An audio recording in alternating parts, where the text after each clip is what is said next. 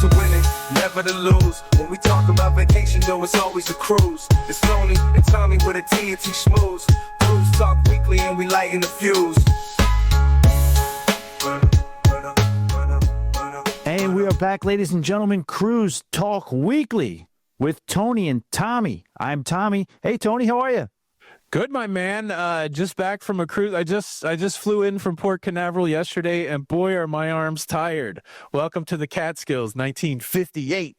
No, we don't have a drum roll track, but a little rim shot. Yeah, I don't know. Buddy Hackett just turned over in his grave or something like that. But yeah, I just drove back yesterday from Port Canaveral after. What's it considered? A Monday? I got on Monday. I got off on Saturday. Is that 5 days? Maybe a 5-day cruise on the Carnival Freedom. New cruise ship for me with the new destination of the Carnival Celebration Key. And yeah, I'm still kind of in cruise mode. I went out to Duncan this morning and tried to give them my sail and sign card, and they threw me right out. So, but yeah, that's my story, man. How you been this past week? Doing pretty well. You know what I'm saying? Just keeping up with some wacky news stories this week to sink your teeth into. You're coming off of a cruise, 6 days. I got a cruise, first time in a while. Can't wait to get on the Carnival Vista for a Southern Caribbean run, Aruba, Curacao, and Celebration Key. We should have did a little thing where you left a little T-shirt for me or something, or, you know, put a little scavenger hunt for me because we're a week apart or so. That's exciting. I mean, I definitely can talk about my experience at Celebration Key, and then when you get back, we can talk about yours, compare notes. I'm excited. There's some things I think you're really going to like, some things I think you're going to not like. And like you said, there's some wacky stuff going on in the cruise news. We're gonna talk current events, but we have landed on a topic for this week for just a general cruise topic. Things that have changed since we started cruising. Now, you've been in the cruise game longer than I have. When was your very first cruise? My very first cruise was in September of 2010 or 2011. All right, so you're like 15 years cruising, and then I started cruising in April of 2017, and certainly a lot has changed. When somebody walks up to you and says, "Hey, Tommy, what's changed in cruising since you started 15 years ago?" What's the first thing that comes to mind? Well, yeah, like you mentioned, it's been 15 years in. One of my favorite things to do, just before I answer that question, just to listen to the people who were cruising in the 80s and who may have jumped on or were inspired to cruise based on the Love Boat. I love listening to their stories about the days of skeet shooting and stuff like that. Or whatever. I think people were golfing off the back of a ship with biodegradable golf balls or whatever. But, you know, I wanted to stay away from, I guess, the clear one that everybody talks about is the upcharging and stuff like that. So I personally would probably stay clear of that. So second to that, I would say the connectivity. You know, I remember when I used to get on a cruise ship and saying goodbye to people and saying, you know, the world is going to have to spin on its own axis for a week. There's going to be a lot of things. Maybe we could talk when I'm in port. Maybe I can, you know, find a way to just answer a text or answer a call quickly. But other than that, we're at sea and don't expect to see or hear from me for a week or so. Now you're connected and I don't like it, but I do it every time. I continue to connect despite the fact that I don't love to do it. But yeah, you're dialed in now with the Starlink and all that stuff. That's really interesting. I mean, even in 2017, when I went on my first cruise, there was an internet package available. And our approach to our very first cruise, I like the idea. The thing that was appealing to me before I went on a cruise, you know, the pitch was out there that cruising was all inclusive, so that you pay your price before you go on the cruise ship. And then once you could get on the cruise ship, you could, you know, there would be things for you to drink. There would be things for you to eat. Certainly you would have your cabin, your lodging, and then there would be entertainment. And all of that would be paid for before you got on the cruise. And as somebody who, I got 6 kids and, you know, money always a concern in my life with 6 kids. Most of the vacations I went on, I don't know that I had as much fun because I was always worried about whether or not I had enough money. And so the proposal, the dream, the idea that cruising was a somewhat all-inclusive experience. I knew that I'd have to pay for alcohol if I wanted alcohol, but beyond that, I really liked that. So when I went on my very first cruise, I was like, well, I'm not going to pay for anything. So certainly I'm not going to pay for the internet. And it was a weird, magical experience. So in 2017, the world's fairly interconnected. We all had cell phones. Like you said, we would get text messages, we would read emails. And so for the 1 or 2 days, I think it was only like 2 days when I left Mobile, Alabama, and I wasn't able to connect to a cellular network until 2 days later in Key West, Florida. It was like going back in time. It was like a mystical time when nobody could get a hold of you. And I just remember, because we're both old enough to know times before the internet, times before cell phones, times before always being where somebody could immediately reach you. I remember those times, and it just makes the older I get. When I was a kid, I didn't think about this so much, but then as I became an older guy with a family, I was like, there was a time in history where you could just disappear and you could have a whole nother family, or people wouldn't know where you were, or you could say anything, not to be deceitful, but somebody could ask you and there's no way that they would know whether you're telling the truth or not. It's a whole different world. And you're right, certainly on cruises now. And I've always been one that's clamored for better connectivity, because I feel like, based on what I do in my life, I'm completely bought into that always being connected. And I know not everybody loves it, especially on vacation, but I need the internet enough that I want it to be good. So I'm kind of happy for the leaps and bounds where we're getting things like Starlink and better connectivity. And maybe someday it'll be as fast on a ship as it is at, on land. But no, you hit the nail on the head there. We are way more connected now than when I started cruising. I had a tradition when I would jump on board, and I don't do it anymore because it doesn't necessarily mean the same thing, but I would take a picture of my foot when one foot was on the bridge and 1 foot on the gangway and 1 foot was on the cruise ship, because that was ceremonial to me. What I was doing in my life, the restaurant business, and just being, just chaos all the time, that was going to immediately come to a stop, and there was nothing I could do about kind of like any of the problems that would happen. So I'll be like, listen, this is a ceremonial moment. I would take a picture every time that 1 foot got onto the cruise ship, because you know what? There's nothing I could do. You have to let the world turn on its own. And that was just it. And it doesn't have that same exact vibe anymore. The wild thing, I mean, you bring up like a whole really interesting life point there.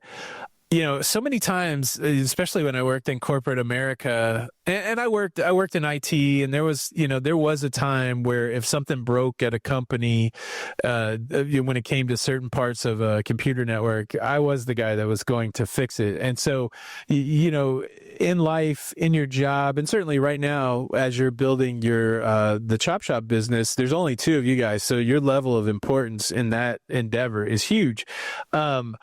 But I think sometimes we forget maybe we're not as important as we think we are. I know almost every corporate job that I left, as important as I thought I was to that job, a week later somebody else was doing my job, and nobody cared at all about the fact that I'd worked there the previous week, which is a bizarre thing, because so much emotion, so much stress we put on ourselves are based on this idea that I'm important to what I'm doing and that I have to do it.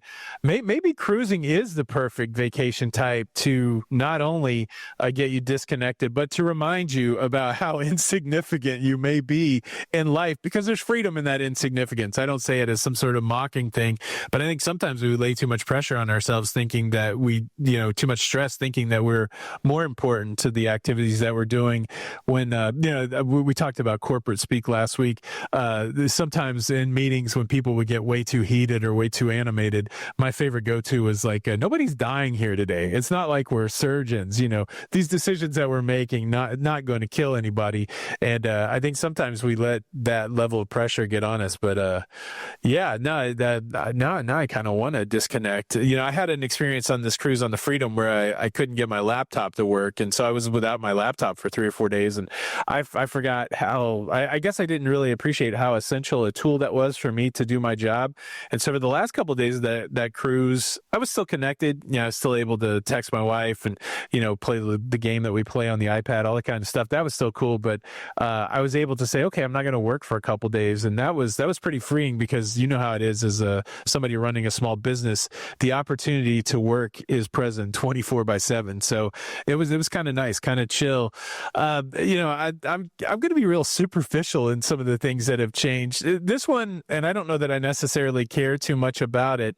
When I first started cruising, they would come to your cabin twice a day, and normally during the daytime, they would basically come and you know, make up your bed and give you fresh towels, and then in the evening they would just tidy up. So say you took a nap, or say you know, disheveled the cabin a little bit, they would come in and make it ready for you to go to bed. It was like a sweet little, you know, tuck-in type service where okay, I'm out at dinner, I'm out at the casino, I'm out at the club, and then I come back and it was like my mom was on board and I was ready for nighty night, that kind of thing. I kind of like that turn down service.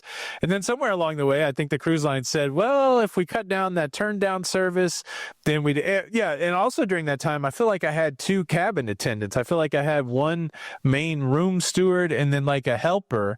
And I don't think that's the case anymore. I think on a lot of cruise lines, you only got one person that's taking care of you, and they're only taking care of you once a day. And I think it actually is not great for the worker, because I think now they have double the cabins and no helper. But did you see, do you remember as through COVID and go over the last few years, the 2 times a day went away, and do you care about it? I do a little bit. It's just like a vibe. It's just like, you know, I would have no problem kind of like saying, you know, don't worry about it. If I saw them, I would just say, you don't have to worry about tonight or whatever. But it's just the old adage, abundance versus scarcity, right? You just know when that's happening, you feel like you're on a vacation. It's once a year, twice a year, however often you vacation. It's just nice to know the levels of luxury and, you know, those types of things. And you can kind of live in that world for a little while where somebody's kind of really waiting on you hand and foot or going above and beyond to take care of you. Yes, it's never a good feeling when they pull back on that. Is it affecting my vacation? Not necessarily. But yeah, it's just an overall vibe. Let me ask you this. I'm seeing some cruise groups, and I've heard people say this. I've never experienced this. They say, I have not met my cruise cabin attendant all week. Now, they did a great job. I had no problems or anything. I didn't need anything. But I just didn't meet them all week. Have you? I've never experienced that. Have you? No, I mean, I've had it where it's gone late into the evening, but I feel like it's got to be part of the responsibility, something that's a task that's definitely been given to the cabin steward to meet the person. That just seems part and parcel to me. But you know, there does seem like there could be a scenario where they miss you and then you just don't go back to your cabin the first night, and then they always miss you, right? But I couldn't imagine going a full week without meeting your cabin steward.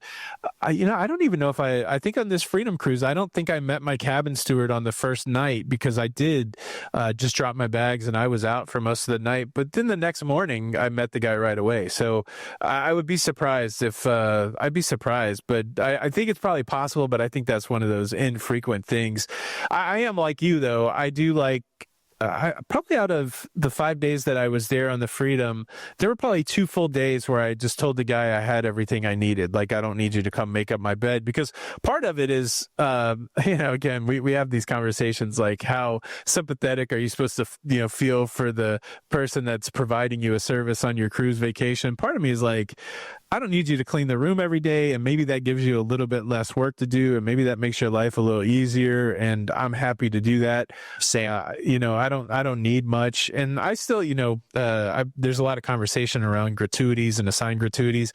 I'm still of the mindset that not only am I going to pay my automatic gratuities, but I'm also going to tip cash at the end of the week. So, you know, I think for those 5 days, I gave $40 or $50, and I probably didn't have the guy in the cabin 2.5 or 3 of those days. So, yeah, it's just one of those things. But I did, like, to your point, I did like the idea that if I wanted that special feeling of them coming in twice a night, and then some cruise lines, it was either Princess or Celebrity that I went on. Not only would they turn your bed down, but they put a piece of chocolate on your pillow. Right. I'm like, who am I, the King of England over here? I got sweets on my pillow at night. You know, that was nice. And I think, remember, I feel like they're the last line. You know, you go to most of the places around the ship, the crew members, they're mostly very nice and really, really accommodating. I think the room steward is the last line of defense for the almost 100% pleasant, helpful, and polite. You don't miss. They don't typically miss. I always wonder what kind of wizardry they use when it comes to literally knowing your name and who you are before you get on the ship. But my experience is, though, even you may get a grumpy bartender, you may get a crabby at the end of the contract server, but that room steward, they usually don't miss. Yeah, I think of the cruises that I've been on, and maybe once or twice I've had somebody that's not seemed like they were too much into the game, like they were very not happy to be doing what they were doing. But I believe you're right. Most of the time, the room steward it blows my mind how well they can remember all these folks' names week after week. Like I struggle, I'll meet people, and of course I'm not in constant contact. I don't have a list of the people's names. I don't know if these guys have pictures of what we look like, because we do submit pictures. But the fact that they can remember people's names from week to week, it blows. Prior to have meeting us. Yeah. No, it's mind. It's mind blowing. Yeah. What you said at the beginning, I got to get it out of my brain, or I'm going to keep focusing on it. Could you imagine skeet shooting on a cruise ship? And I haven't shot skeet ever anywhere. Yeah. But yeah, a lot of things on a cruise. That's one I would try, right? If that was on the daily planner, it's like, oh, I can have a shotgun and shoot at something on this ship. That sounds good. That was probably included too. It probably wasn't even like some weird for pay kind of thing. Yeah, no, insane. The cruising of just general society, and I mean the changes to cruising and just general society are kind of wacky. What else have you noticed? Well, yeah, this is one that may or may not land, but Carnival Cruise Line particularly, when I first started cruising, there were tablecloths on the table in the main dining room, and tablecloths in the place where you pay $50 for dinner. So on this last cruise, I did go to the steakhouse on the Carnival Freedom, and it's that same lacquer, non-tablecloth, water, pooling up off of a glass kind of eating surface. You would think even like in the more like the specialty restaurants there would be tablecloths, but there's certainly no tablecloths in the main dining room. Now some other cruise lines like Royal, they still have the tablecloth. I didn't think I cared, but I do like it. I like if you were going to ask me, Tony, if you had a preference, would you like the tablecloth or the no tablecloth? I like the tablecloth. I feel like I'm doing something. Well, this is all to protect the environment. Obviously, we know that, right? Yeah. You can't run those washing machines too much, right?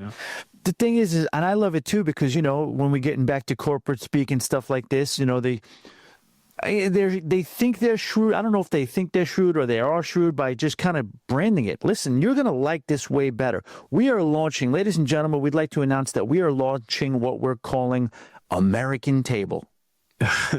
And that's really their way to say we're launching something new, but we're just taking the tablecloths away. And it's actually doubly insulting because they're basically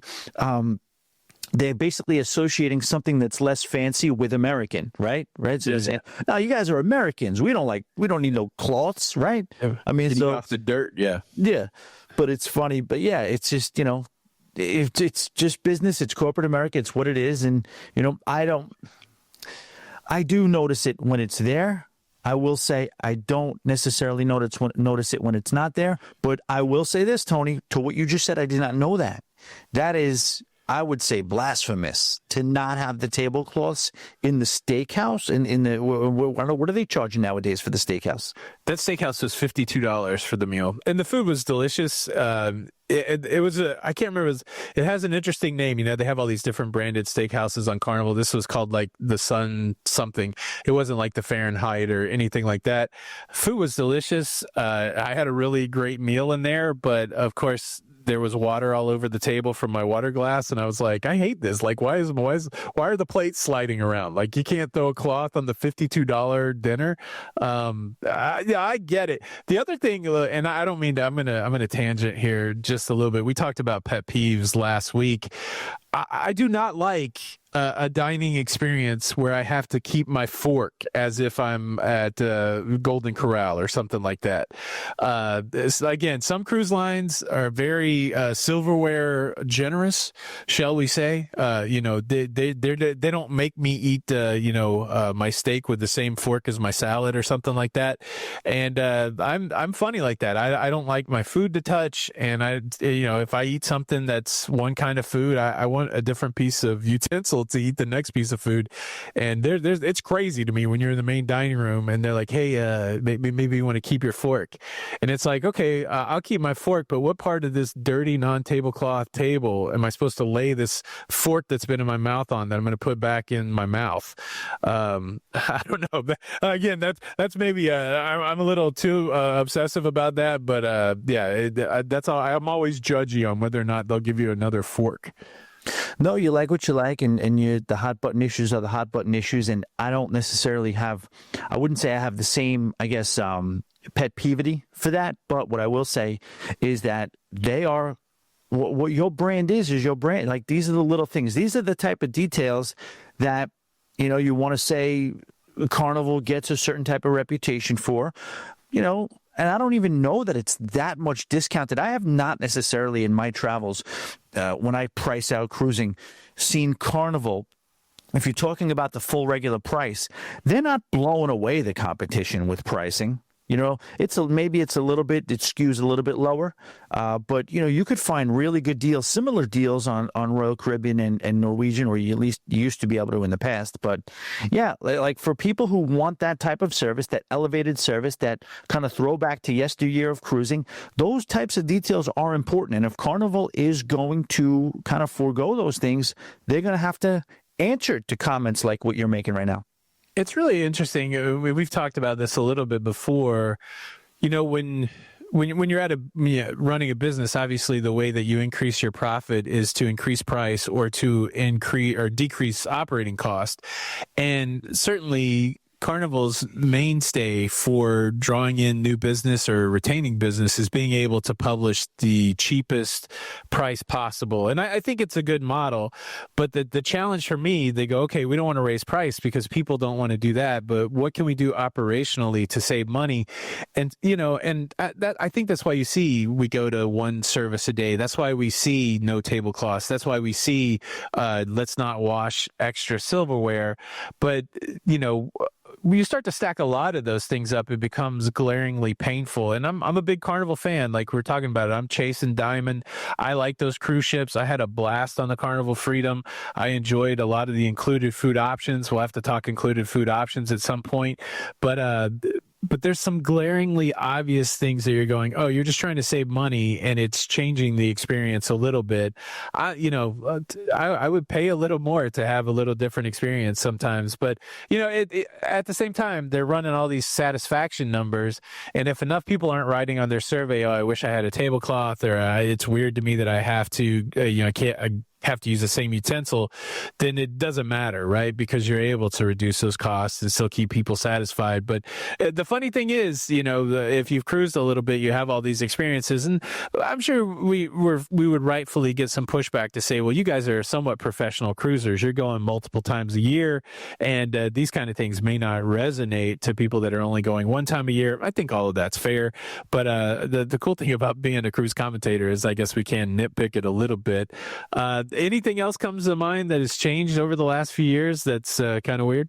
Well, let's use this one to kind of transition. I would like to ask you, you jumped on a Carnival cruise. It's what we would call a classic Carnival ship, and all the new and modern designs and the muted pastel tones and, the different types of things that are kind of like geared, a lot of people are incorporating the experience into the decor.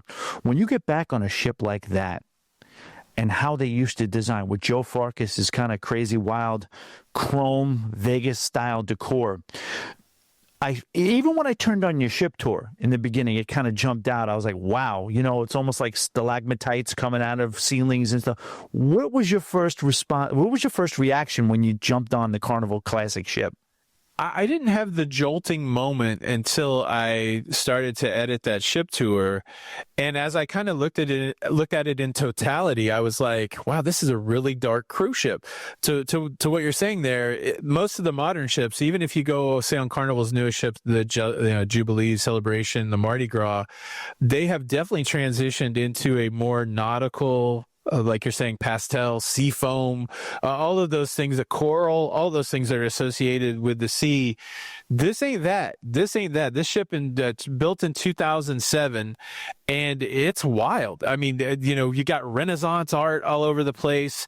It's a whole different vibe, and it was dark. I think that was the only thing that really stood out to me as I looked at the ship tour, and as people watched the ship tour and started to comment on it, they're like, it's pretty dark. And I'm like, yeah, like all this dark wood, I don't hate it, but it definitely made me think about, okay, which do I like better? Do I like, and the funny thing, like if you think about MSC cruise ships, it's an interesting mix between the two. Still some dark colors, some maroons, some chromes, but it's a whole vibe. That's what I was thinking, Carnival Freedom, who would I recommend this ship to?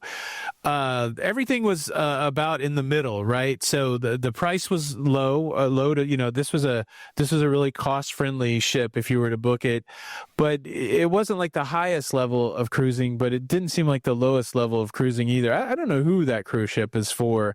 It definitely was for me, somebody who cruises a lot, who wants to add another cruise ship to their belt.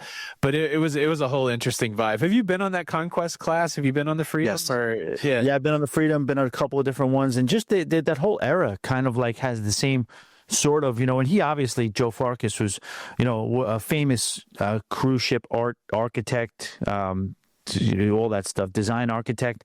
I like it. I like the way he kind of like took chances. I like the way he well thought out the themes of each ship, this and that. But I guess getting into staying with the whole theme thing and things that have changed in cruising.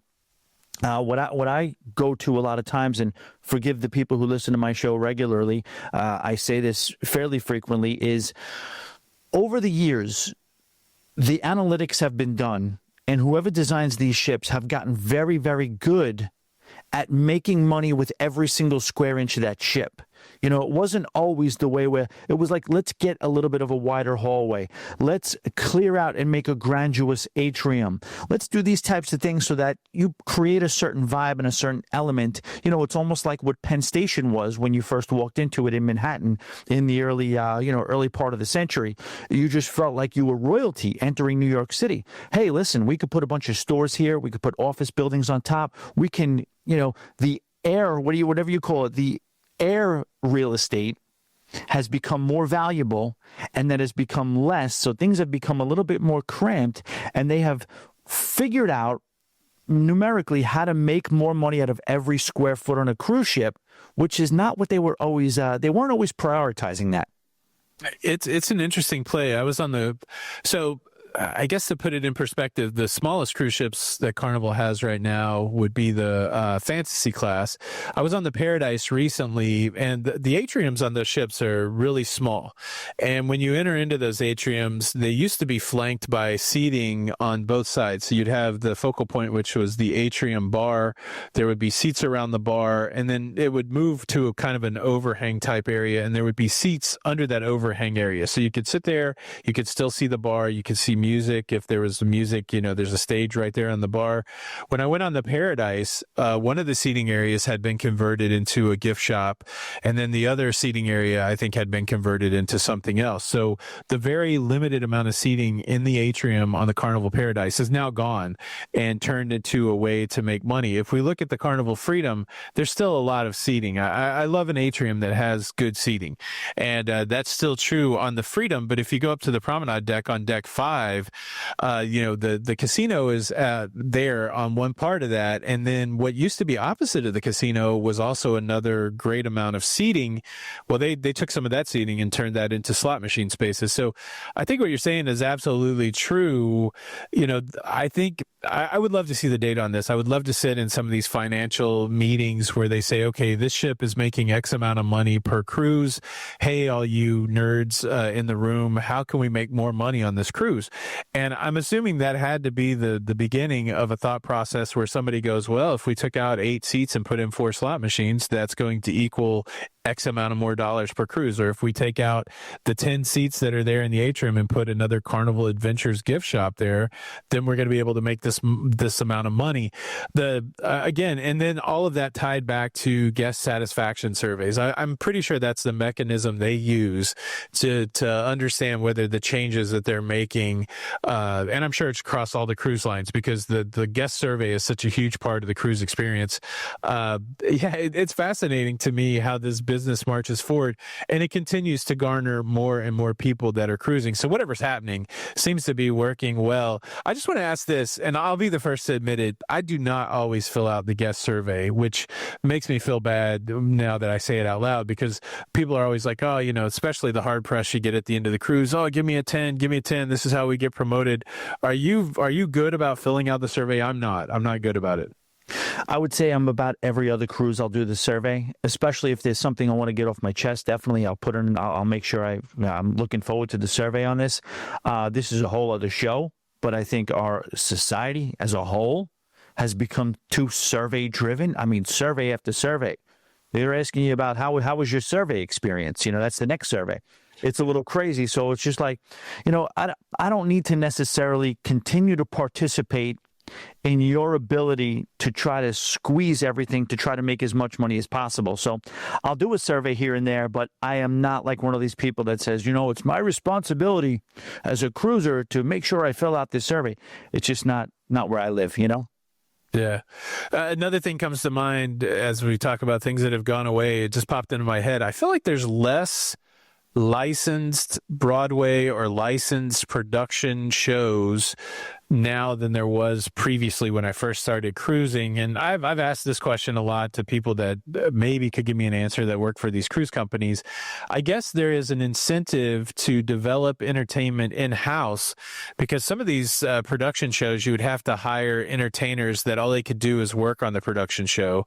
And what we know from cruise lines is they're good at multi-purposing venues, but they're also good at multi-purposing their crew members.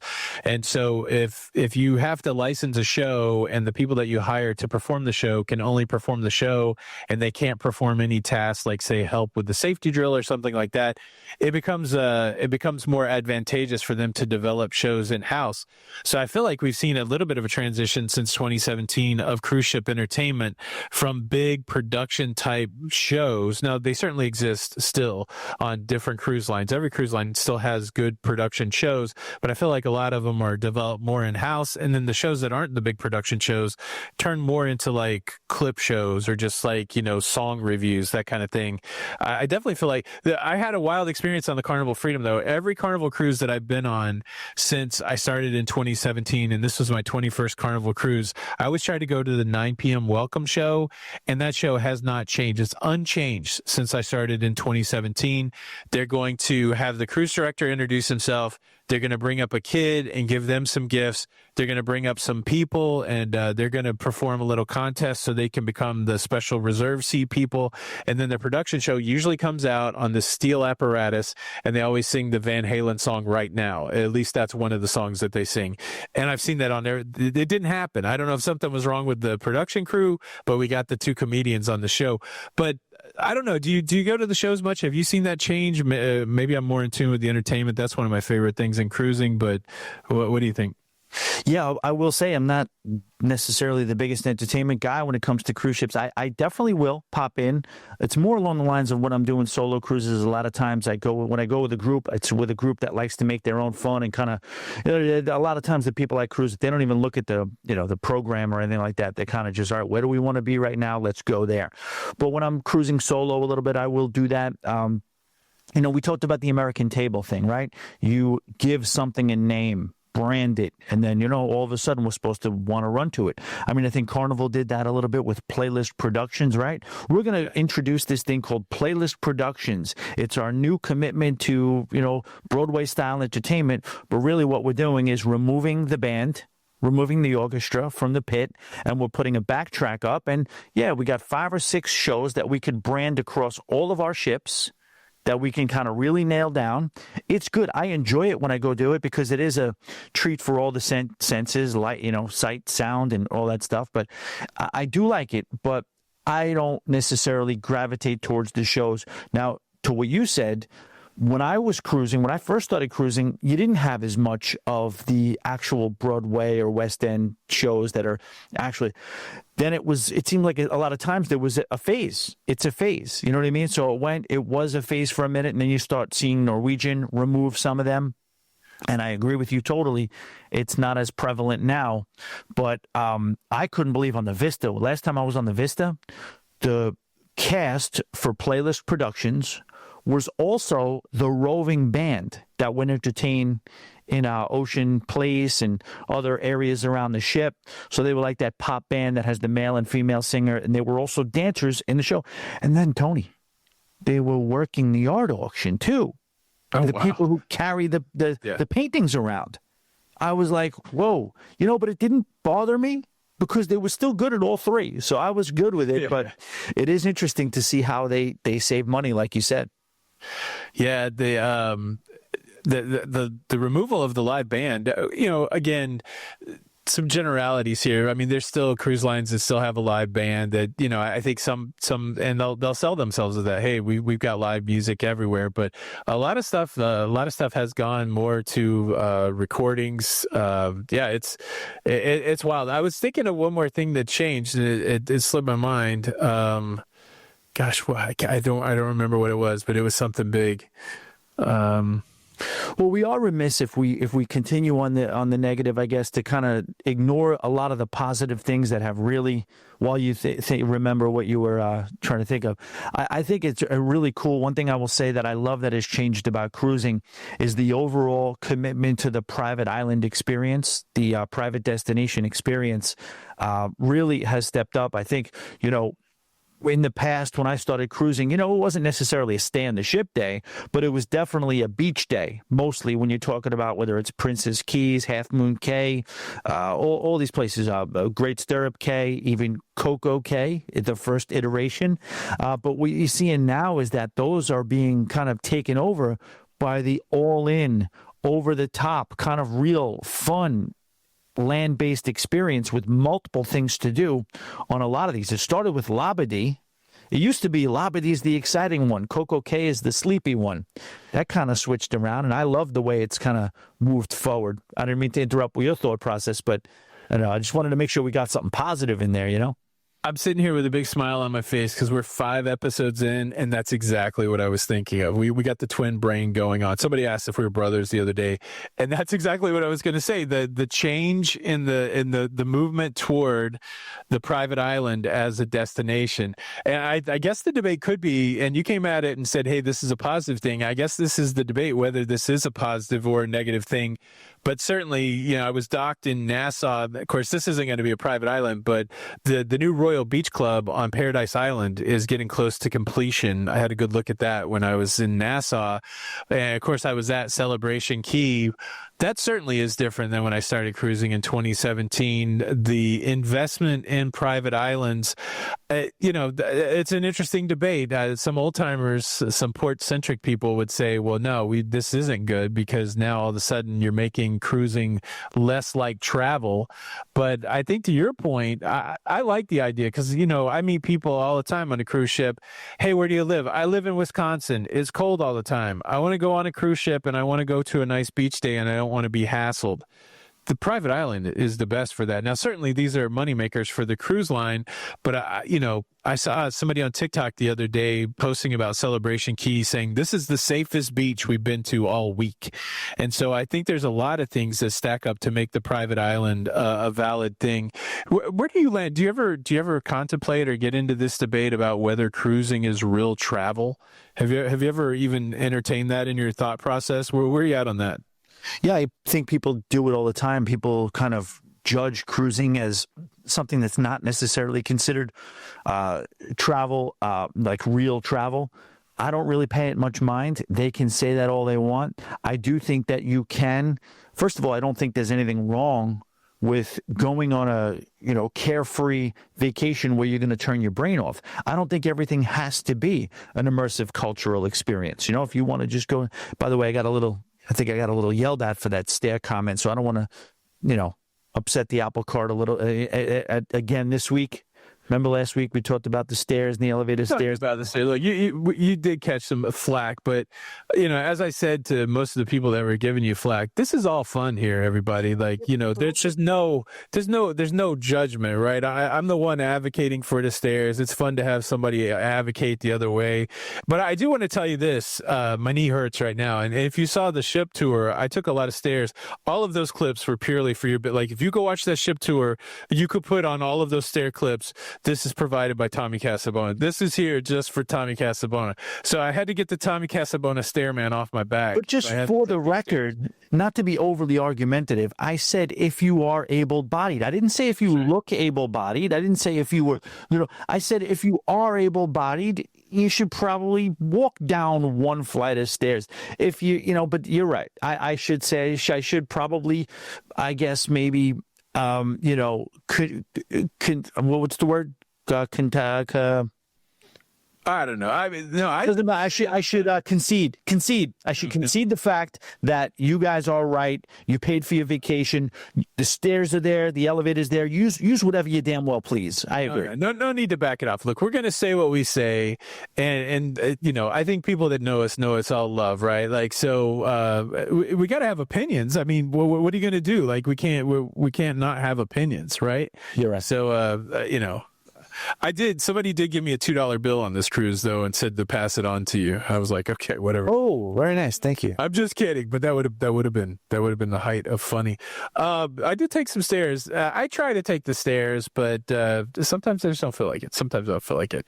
So look, we talked about a lot of stuff that's changed in cruising. I'm sure there's many more. And if you want to participate in the show, you could do it. If you're watching this on video, there's a comment section. Please jump down there and tell us the things that you think have changed. And if you're listening to it in audio format, you can send us an email. We don't have an official email for this show yet, so you could send me an email, Tony@LaLitaLoca.com or Tommy at the Always Be Booked. Are you alwaysbebooked.com? What's your email over there? Tommy@alwaysbebooked.com. Tommy@alwaysbebooked.com, Tony@LaLitaLoca.com. You can send us feedback, or again, if you really want immediate satisfaction, go to the video and leave it in the comments. That's kind of cool. Let's talk about some current events, or we can continue on with the conversation about private islands. I'm chasing Diamond. I'm chasing Diamond on Carnival. I think with this, I'm at 127 days or points, and I need 200 to get to Diamond, so I still have a ways to go, but I did accomplish a few things on this cruise. I went on a brand new cruise ship for me, the Carnival Freedom. I did get to go to Celebration Key, and Celebration Key was eye-opening, and I know you're going to go there on your Pirates and Pier Runners cruise coming up, and I can't wait for you to see it. Do you have any questions about Celebration Key that I can answer off the jump, or what are you curious about? I guess the first thing that jumped out at me was, John Heald mentioned, speaking of able-bodied, if you're able-bodied, you should walk it, he mentioned, but he did say that there was about a 10-minute walk. And then when I saw one of your pictures, did the walk or did the distance do it justice, or was it not really a factor at all? I'm talking about from the cruise ship to the actual where the action starts. Was there a big, there a lot of real estate? It's a decent walk. I mean, I don't think it's any further than any of the piers at Cozumel. So Cozumel's traditionally, in my mind, a little bit of a long walk. Or if you're in Nassau, if you're at one of the further away piers, it's a little bit of a walk to get to the action. The nice thing at Celebration Key is it's a good distance from the cruise ships. Not a good distance, probably a 2 or 3 minute walk from the cruise ships to where you have the decision point of whether or not I'm going to get on the tram or whether I'm going to walk the pier. Now, they did have people at the tram that were doing medical questionnaires to evaluate whether or not you could ride on the tram. I'm just kidding. That's not true. There's no grief at all. There's no grief at all. So you make whatever decision. Nobody's looking at you funny. And what was even interesting in the tram scenario, they had trams that were built for scooters and wheelchairs. So there was like no middle. So they had like a regular 9-person tram, but they also had a scooter and like a wheelchair tram, which I thought's cool. I've never seen that before.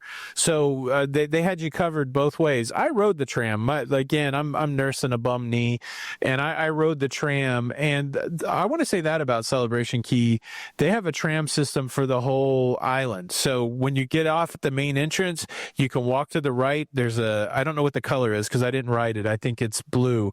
There's a tram that goes around the right side of the island, or if you go to the left, there's an orange tram that goes around the left side of the island. The thing that's cool is the tram operators are designed to be tour guides. So I rode with this guy named Shaq. They called him Little Shaquille. His name was Shaquille. They called him Little Shaq. And for the distance of the pier, he gave us an overview of Celebration Key, which was fantastic. He's like, go to the left if you want less kids, go to the right if you're family. The shopping straight ahead. He told us stuff about it. And then when I got on the tram that was on the orange side, that guy gave us a whole spiel about what's going on the route that he was taking us on. So I thought it was neat. So, this is just the first phase of Celebration Key. I got off at the main entrance. I walked through the big sand castle. I found the shopping area. I'm not a sun and the fun kind of guy, but I said, let me try to embrace it. My approach to Celebration Key was I'm going to eat when I'm hungry. I'm going to drink when I'm thirsty, and I'm going to see how much money it's going to cost me, because that's been one of the beefs about it. I spent $30 over there. So I got there inside the sandcastle. There was a coffee spot. It was like 9 a.m. when I went over there, paid $4 or $5 for a coffee. And then I bellied up to a bar that was a swinging bar, which I'd never done that before. Like there was like a swing that you could swing back and forth on. I thought that was fun. Then I got into the lagoon, which is the freshwater pool there. I did this whole swim up bar. There was a lot, like a happening DJ. My rum, I ordered a rum drink. I didn't order off the menu. So I realized now they could charge me whatever they want. I said, hey, I want a rum punch, whatever that is, because I don't really drink alcohol. That was $18. That was $18, which was expensive. And then I ate my free meal, and I didn't pick the right meal because it wasn't good. It wasn't good. But that was pretty much my experience at Celebration Key. I walked around. I looked at the adults area. I looked at the lagoon. I looked at the kind of the beach area. But my takeaway is this. The ship is close enough to where you can go back and forth. So I think you could probably, I don't know if this is true, but like if you have one of those Stanley Cups in the drink package, you could probably load that thing up with a couple drinks and take it to the beach with you. You definitely can eat on the ship before you get off the ship. And if you're going there for 5 or 6 hours, just like when we were kids at the community swimming pool, we would stop for an hour and we would go to wherever the snack bar was, and we would sit at the snack bar and eat. You could easily go back to the pool, to the ship, and have lunch and then come back to Celebration Key. But if you're one of those people that are going to go to the swim up bar and sit there and drink and pee for 6 hours in the pool, it's going to cost you $120 easy if you're somebody that drinks a lot. So I think it's a buyer beware, but I heard somebody else say they didn't spend any money at all. I saw somebody post on one of my pictures like, yeah, we just went back and forth to the ship and it was no big deal. They have water included on the island, all these water hydration stations. So I guess it just depends how you do a beach day. If you're somebody who likes to get your drink on, then I think it's going to be expensive. But we can also talk about this. I was saying I was in Nassau and I saw that they're almost ready for their Royal Beach Club, which isn't an included private island. It's an excursion that you can buy from Royal Caribbean, but it's essentially a beach day in Nassau. And I heard Matt from Royal Caribbean blog say that he paid $250 for an upcoming experience there, just a regular no cabana or anything like that, which is going to include food and alcoholic beverages. So, it seems like every one of these places are going to have expensive options, but overall, I enjoyed Celebration Key and I thought the facilities were nice, but I think it would be expensive if you're somebody who wants to drink while you're over there. Okay. So Matt, Royal Caribbean, sounds like a nice show. I haven't heard of him. Sounds like a nice show. Nice guy, yeah. Yeah. So that's a lot, though. That's $250. It's just, and again, we talked about changes in cruising. You know what? I think change too, I guess going back a little bit to the negative, you are getting more for your cruise experience, but it is kind of crazy. Even when they did charge you, you used to get that, hey, I'm on a cruise and I paid a cruise fare discount, right? You used to get these deals. Seems like they're going away a little bit too. But what do you think? You've been to have you been to a beach in Nassau? Like, have you done like a beach day, go get drinks kind of? No. I mean, I've been to Junkanoo Beach, and I've been to, what is that beach that's right by Atlantis? Is that Cabbage Beach, I believe it is? Cabbage is one of the beaches. I don't know. Yeah. That's the only other beach name I know there. Yeah. And, it's okay, but $250 for a cruise line to be charging you that on a private island, I think that's a little bit much, especially when you say, you're not talking about any cabanas or any special treatment or anything like that. Hey, listen, I think everything's getting a little bit more expensive, so we have to kind of, I guess, pack our patience when it comes to that. But it's a lot. It is. Things are going up. Things are going up, and you don't want to necessarily be the guy that sits there and complains about all of it. One of the things that I think also I had on my list about cruising was that there is a cruise experience for everyone. Used to be 20 years ago, cruising was one thing. It used to be just a cruise was a cruise, take it or leave it. One thing I like now is that there is experientially a lot of changes in cruising that made you kind of like be able to pick whatever type of cruise you like to get on. If you want a river cruise, you could do that. If you want that big, crazy, wild theme park adventure cruise, you could do that. If you want classic cruising, you could do that. I think that's a positive. And I think, the fact that they're mixing and matching all those experiences, used to be even on an older cruise ship, you had to sign up for a 3 or 4 day cruise. Now you can get that with a much larger ship. But I guess going to what you're saying and what your original question was before my one of my many frequent tangents was basically that, I do think that they are right to kind of have a little bit of an elevation when it comes to what they charge. I do think it is a point where it gets out of hand. But as always, the market never loses. If we're going to pay it, they're going to continue to charge it.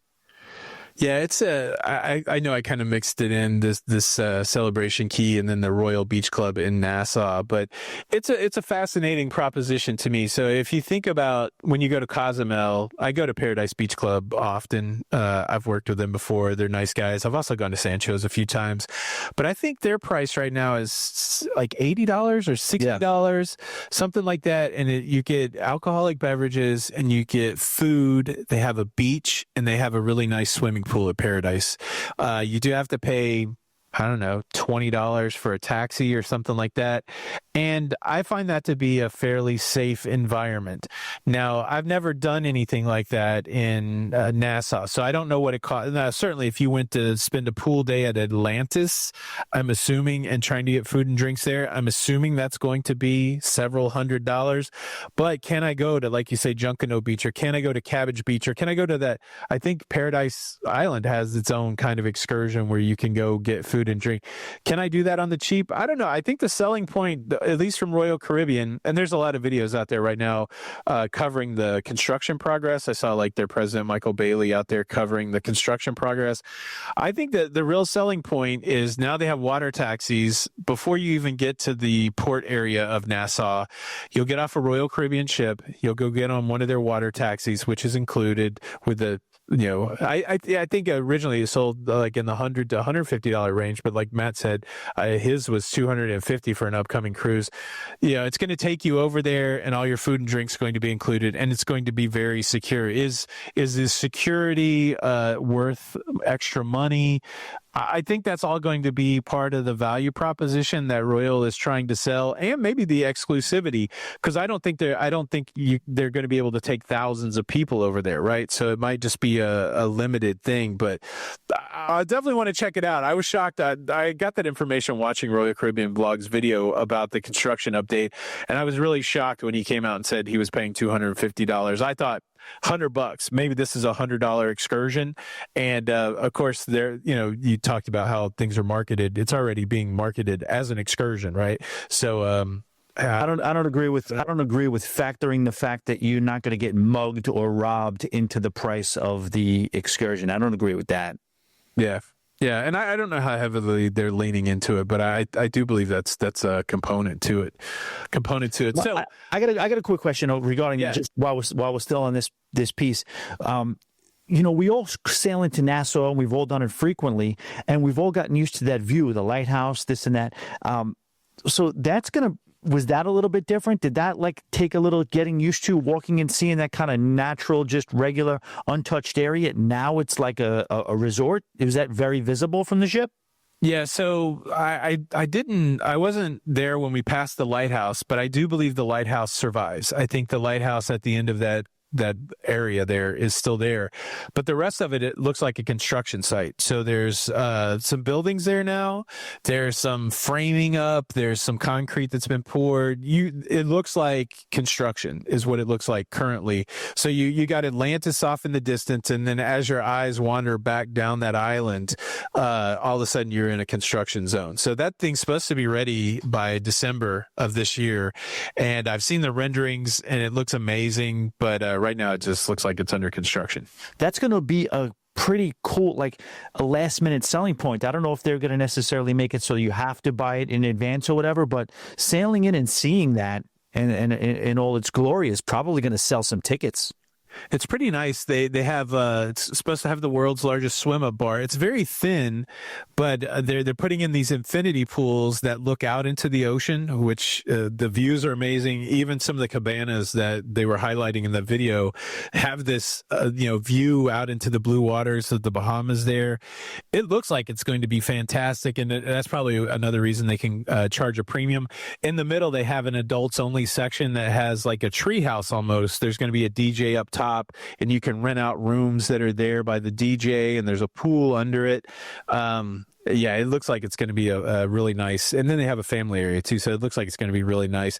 I love the fact that the way, I like the way these companies compete, because they're very forward about saying, sure, you have to pay, but everything's included. We're not going to not give you drinks and food. So it's interesting to see these companies go at it.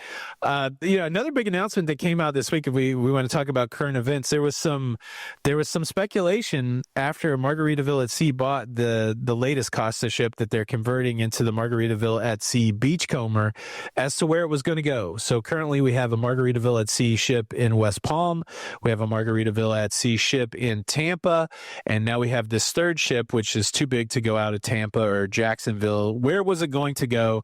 We had the big announcement that it's going to the cruise capital of the world, Port Miami, which is close to you. What do you think about this announcement this week?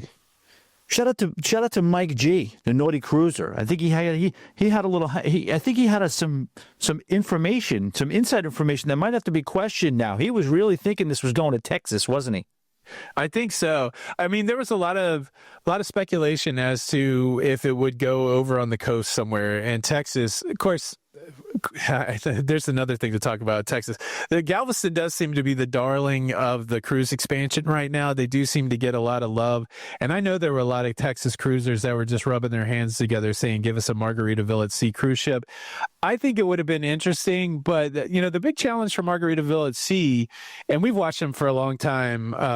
Now I can't even remember. What were they called before Margaritaville at Sea? Bahamas Paradise. And I think I sailed on it when it was that, or I know you sailed on it when it was that. Oh, yeah. They've always been on the rise, and I've known some of the people over there that work on those teams, and you can tell they've always been trying to go onward and upward. And I think they've had a lot of success with the Islander over here from Tampa, and they're starting to expand the itineraries. But I think a real selling point for any cruise company is the itinerary, and with this move down to Miami and being able to go to the Eastern and Southern Caribbean, this really makes them very viable, I think, in the space. It's certainly the safer move, 100%. Miami, tropical, Jimmy Buffett, they already have a good foothold into the state of Florida. I'm sure that simplifies things for them when it comes to a lot of the administrative stuff that they may have to do. And yeah, if you can get a berth or a spot or anything in the port of Miami, that is the largest cruise port in the world. So that would make sense that they would want to be there.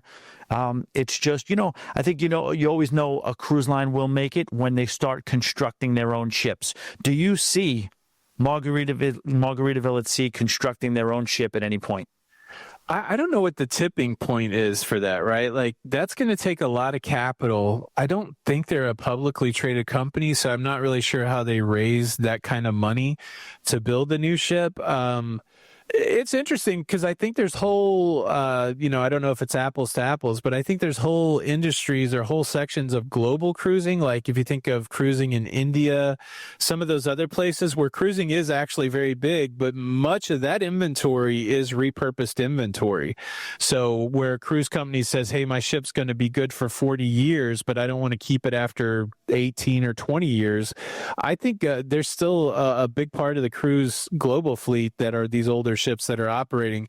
So it's an interesting question. Does Margaritaville need to build their own ship to become viable or stay viable? Or is there really a niche market here in the U.S. where they can repurpose older ships? Because the upgrade, the work that they did on the Islander, I don't know when that ship was built originally, but that ship's really nice. I think it's in that same, it's either Conquest class or Pride class type thing. It was a Costa ship, but it's that same design.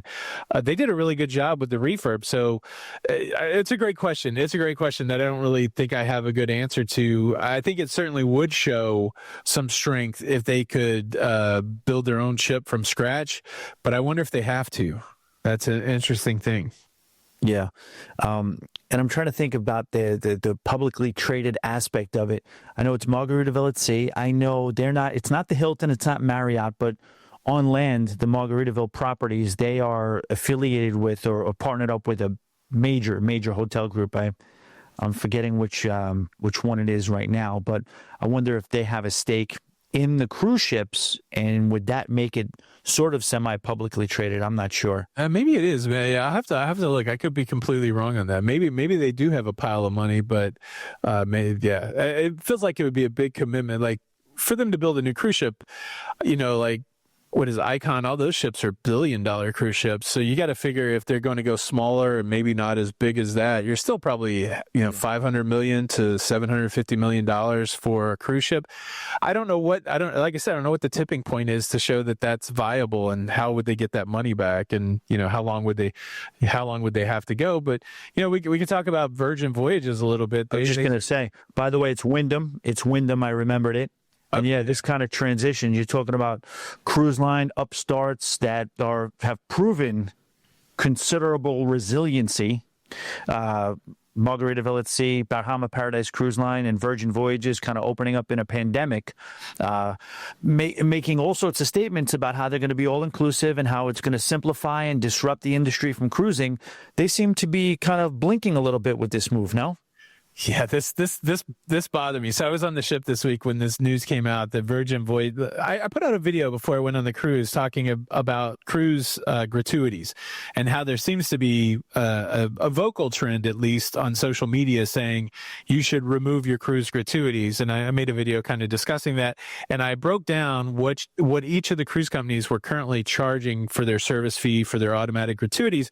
And I called out very loudly in that video that Virgin Voyages had marketing that showed that they charged zero for gratuities, and they even had like an infographic that showed what the kind of the regular cruise lines charge and what the premium cruise lines charge, and how their cost of cruising was so much better because gratuities were included.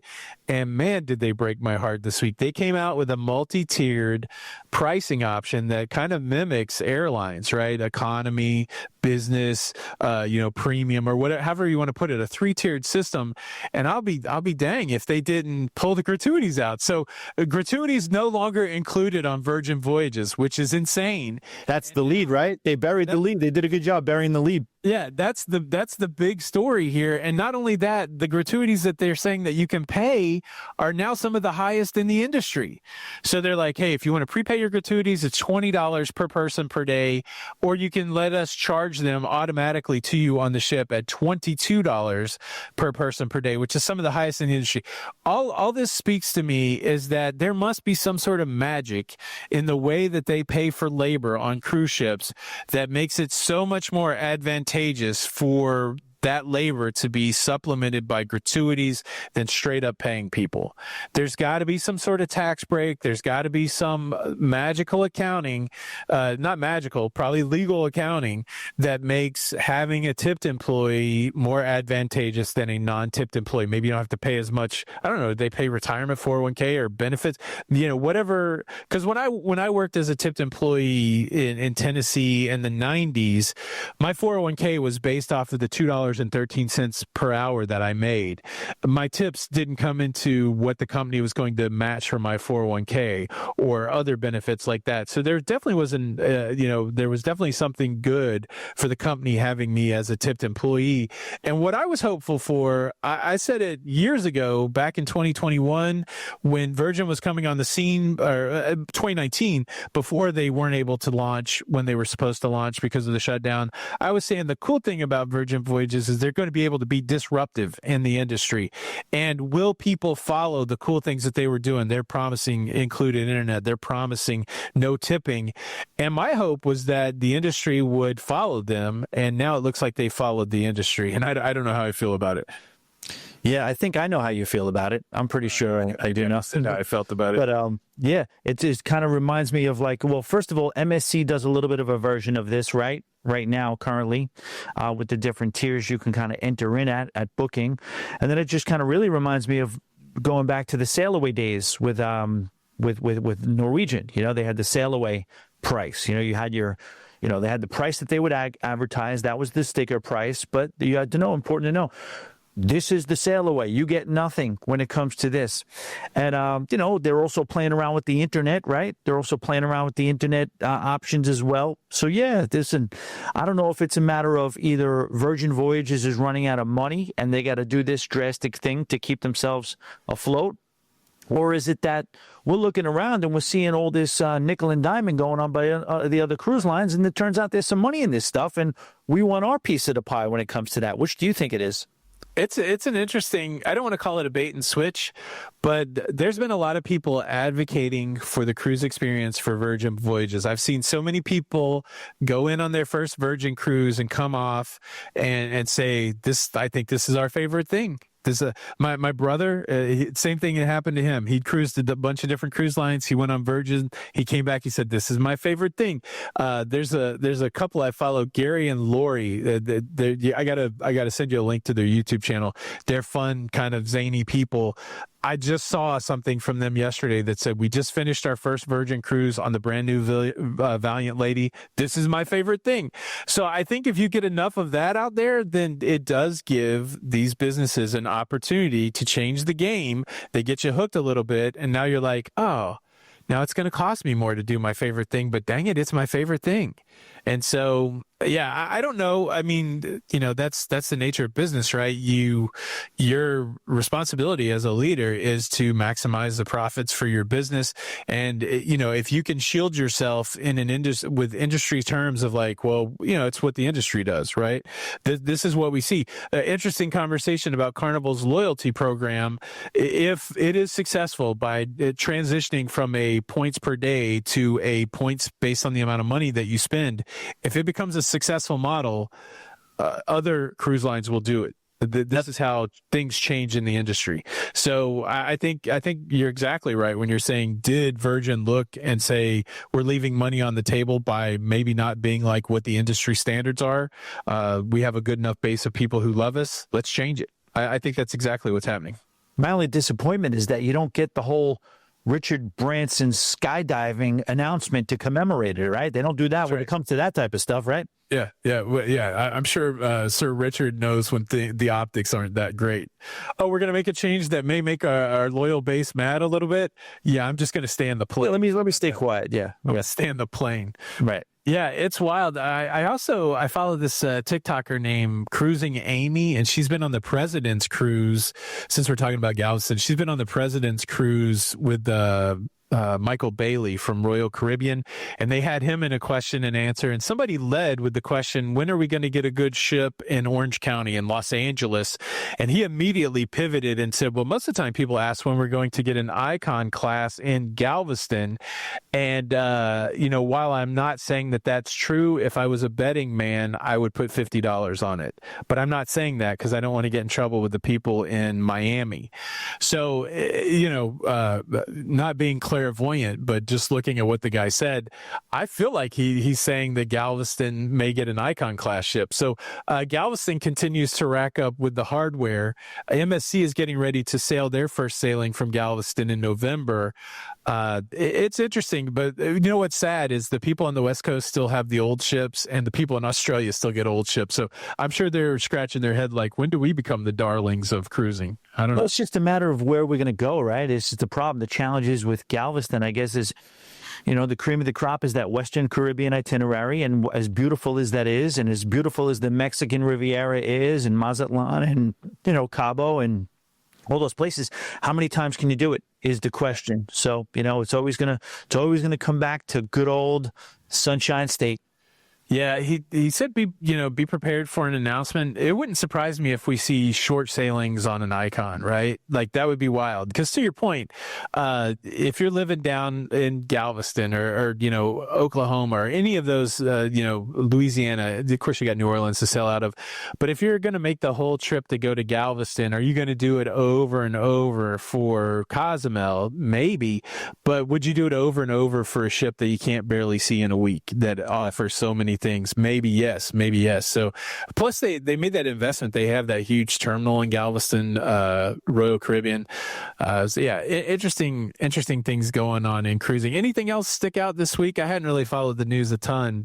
Any other stories tweaking your brain? No, I did see that people are getting wacky with the cruise ducks now. Did you see that, where they're strapping, fictitious free drink vouchers to the cruise ducks? I mean, are you a duck guy overall? What's your stance on the ducks in general?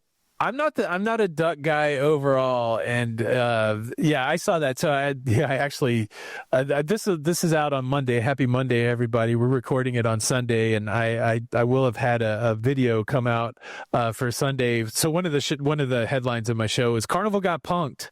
That's kind of how I framed this duck conversation.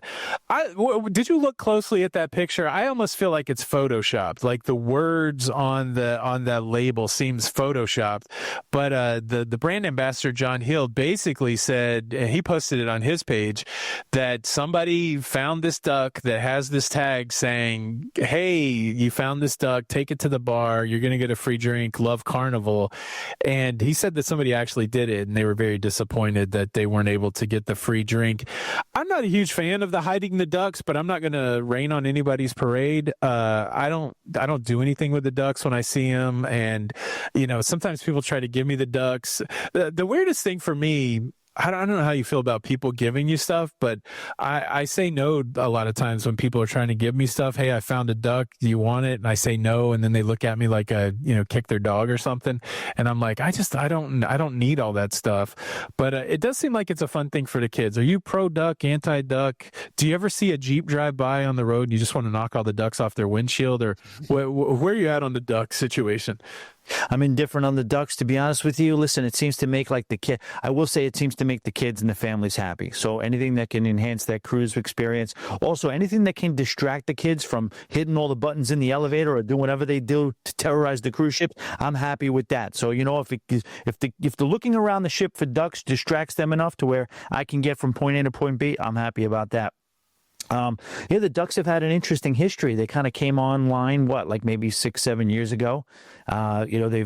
They've been appreciated. They certainly promote the cruise line. I would say also that, you had that Royal Caribbean situation where they were, where the Royal Caribbean literally said, get off my lawn when it comes to the ducks.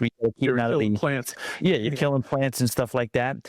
And then I would say my last take on the ducks would be, it probably has to be slightly annoying for the crew members because a lot of them don't get found. And as creative as people get in terms of where they're hiding them, as they get more and more creative, they're probably being found in like a little bit of an obstacle when they're trying to clean the ship.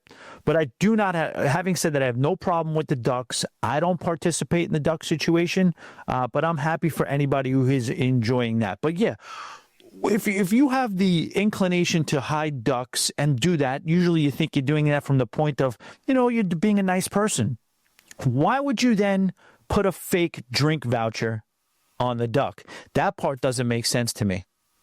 It's interesting. I saw that picture posted in a Carnival group, and that loyalty program is still a hot button issue. And I likened it to a love relationship, right? We've talked about it. We don't think it's about the perks that you get.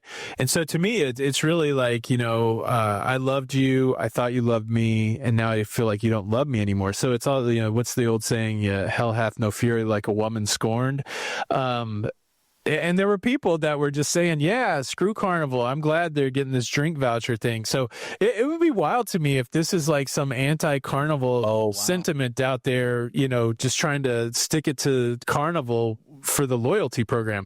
I know that's kind of way on the conspiracy theory side, but yeah, I mean, I think it's not a great move, not a great look for somebody that's just trying to play a prank because, again, I say this all the time, even when it comes to gratuity, if you don't like the policy of the company, you're not really making an impact by screwing over the worker, right? So now the bartender that, if you are trying to make a statement against Carnival and you're planting fake ducks out there with invalid drink vouchers, you're not really hurting Carnival when you put this bartender on the spot where they have to say, well, this isn't valid. I can't give you a free drink.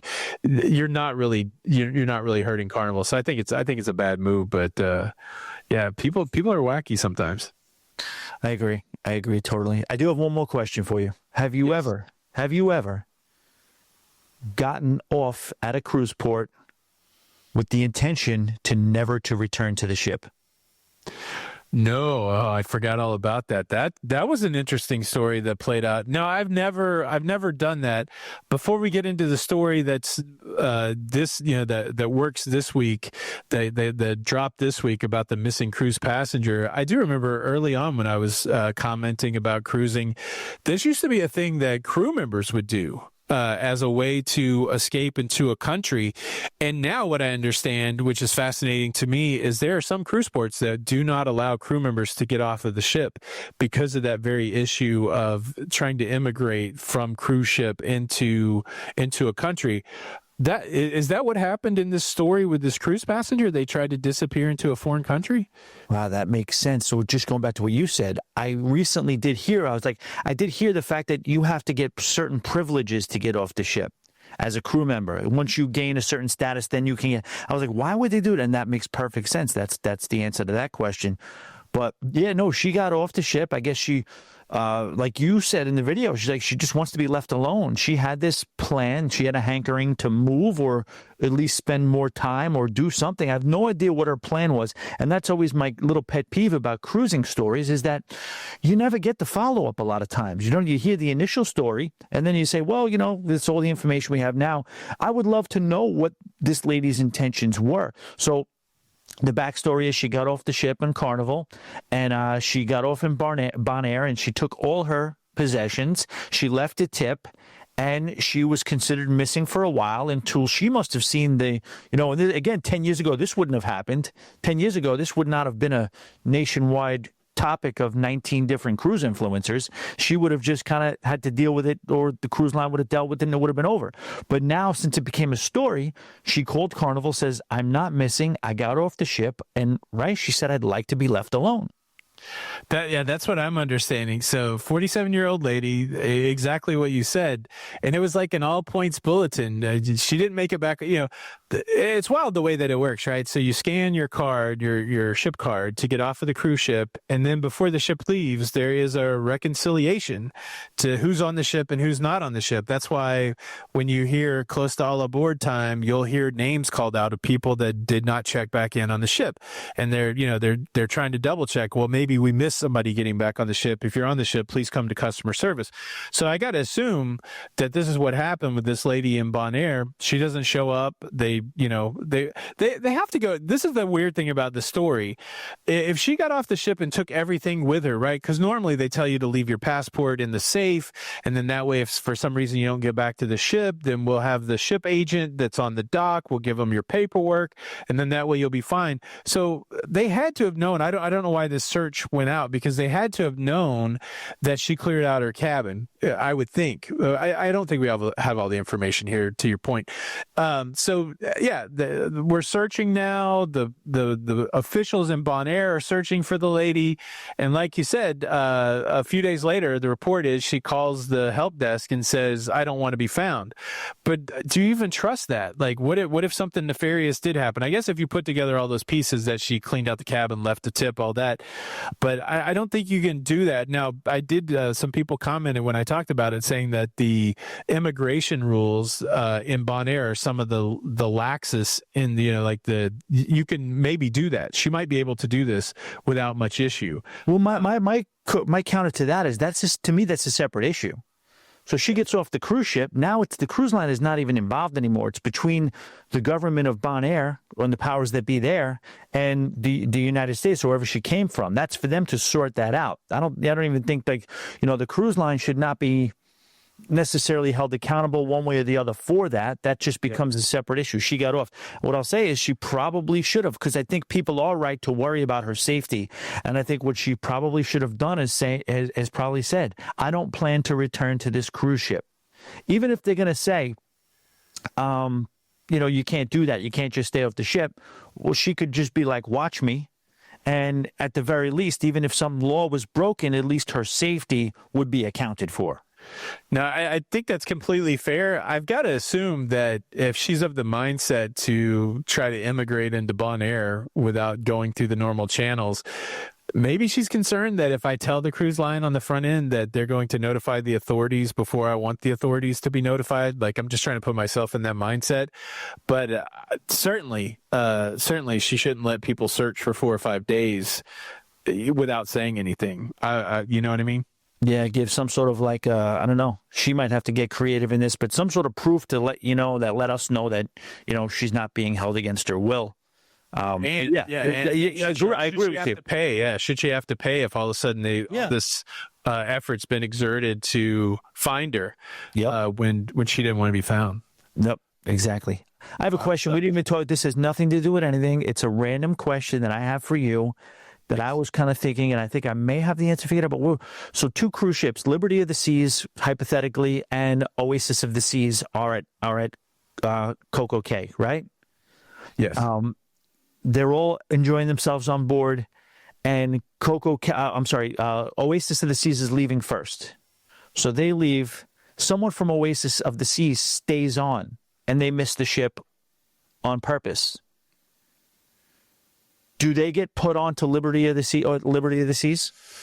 I wonder what the rules are on that. Like, I wonder if you can cross manifest, right? Because all of that stuff is through Homeland Security and all that. I don't know. I don't know what Royal would do. I don't think they would leave them on Coco Cay. I mean, there's no manifest when you rescue somebody at sea, obviously. We know that. Yeah. But I also don't think you're going to... Now, I think I answered my question after deep thought. This is what goes through my mind at night, Tony. These types of things. I start thinking about these things. That's why I'm up till 4 a.m, thinking about what would happen in this hypothetical situation. I think they probably don't leave without making... But probably neither of them probably leave, right? Without making sure... that they can search the island or whatever. I bet you they would stay. All right, let me throw a hypothetical at you, because this is one. Well, it's actually a real question. I faced it a couple times. You're on a Carnival cruise ship, and you have the option for Guy's Burger. This is lunchtime. Guy's Burger, Blue Iguana Cantina, the deli, Mongolian Walk is in full effect, or you can have the buffet. Where are you eating for lunch? So obviously we're going to put out what you're in the mood for. That's going to be out of there, because sometimes you're in the mood for certain things. Sometimes you're... So we're going to throw that away. To me, this one is an easy one. Blue Iguana. Blue iguana. I never eat blue iguana for lunch. I need to do it. It's one of my favorite breakfast on the Carnival ships. But I did Mongolian walk. That when I was faced with that decision, I did Mongolian walk just because I hadn't had it in a while, and it was pretty good. I got the vibes that it was very hot, right? Yeah. Yeah, things come out of those walks and they are on fire. It doesn't matter. 3 days later, as long as you take it out from the walk into that, I mean, just whatever that plastic container is made out of that survives that heat. But you could open it up and it's still, that broccoli is going to set your mouth on fire. I burn my mouth on that. But what I'm hearing is that Mongolian walk experience is even going away. Talking about things, I guess we can finish the show with things that are changing. Mongolian walk's going away. Apparently now there's a pre-made, and you don't get to pick what vegetables and stuff. It's just there's the bowl, and they'll walk it up for you, and that's it. So I guess as Dylan said, the times they are changing, but that's cruising, right? Yeah, it is, and that's what it is. It's not even that I'm gonna miss. I wouldn't miss that. Okay, I'm not gonna miss that. It just makes me a little sad as you just get this endless list of things that are being taken away. It's just, we're not going to focus on that. Cruising is still by far and away my favorite, and I would say most economically advantageous form of travel. So I'm going to continue to do it. The market is undefeated, like I said. If they do make these changes to the point where at some point it goes too far and they tip, we got to hopefully enjoy the swinging back of the pendulum. But we'll see. We'll see when that happens. Yeah, and I think you said it well earlier. There's so many new things that are going on in cruising. Even internet's a simple one. Internet's so much better than it was back then. And, there's a lot of ship options. There's a lot of cool things to see and experience, and the value continues to be there. It's my favorite way to vacation, to travel, and I certainly love it. Well, Tommy, as always, a pleasure. That's my friend there, Tommy Casabona. You can get more of Tommy at his podcast, the Always Be Booked Cruising Podcast. It's on anywhere that you get podcasts. Also, there's a YouTube channel, Always Be Booked. I'm Tony for La Lita Loca if you want more of me. And together, we are Cruise Talk Weekly here on the Cruise Talk Network. Tommy, always a pleasure. And thanks, everybody, for listening. Thank you, everyone. And it's to win it, never to lose. When we talk about vacation, though, it's always a cruise. It's Tony and Tommy with a TNT schmooze. Cruise Talk Weekly, and we lighten the fuse.